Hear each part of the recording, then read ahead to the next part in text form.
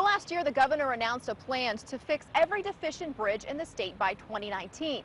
Today, she signed legislation to fund that project as well as other improvements. This is a big day in transportation in Oklahoma, maybe the biggest day that I've ever seen. From 1985 to 2005, transportation funding remained stagnant in Oklahoma.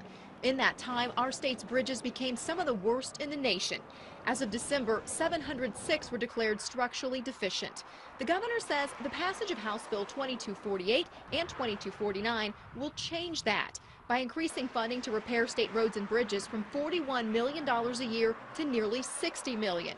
It will also increase funds to county roads and bridges by $30 million a year by the year 2014. By the year 2019, we will transform that number from 706 to 0 on that list through our transportation 8-year plan. Until the signing of these bills, repairs on 167 of those bridges were not funded. ODOT Division 8 engineer Randall White says about 55 of those were here in Green Country. Move this from more of a reactive situation to a proactive situation.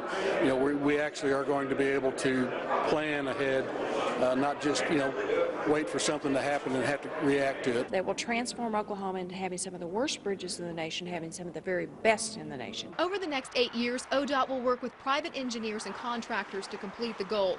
The state secretary of transportation says the agency is up to the challenge. So again, by the end of this decade, we can say that the bridges in Oklahoma are in a very manageable state, which is something we haven't been able to do for decades and decades. ODOT will spend the next few months poring over the most badly needed repairs. They expect to have a list of the initial projects sometime in the fall.